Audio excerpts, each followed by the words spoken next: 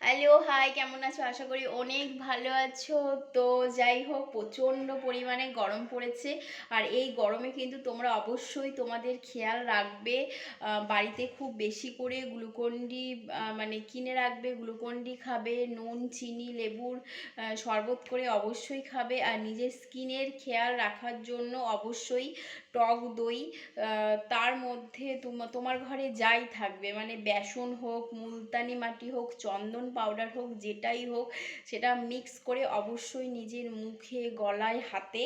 দেখো আমি এইমাত্র অ্যাপ্লাই করেছি, তো সে কারণে আমি ভাবলাম যে ছোট্ট একটা ভিডিও তোমাদের সাথে আমি শেয়ার করি। আমি এইমাত্র টক দই, দেখো আমার স্কিনটা তোমরা দেখতেই পাচ্ছ, ফেস প্যাকটা অ্যাপ্লাই করে এখন আমি ঘোরাঘুরি করছি। তারপর আমি যাব স্নান করতে। তো তোমরা বাড়িতে অবশ্যই স্কিনের খেয়াল রাখো। এই 43 ডিগ্রি টেম্পারেচার, 42 ডিগ্রি টেম্পারেচার, এই টেম্পারেচারে কিন্তু নিজের স্কিনকে মানে ঠিক করে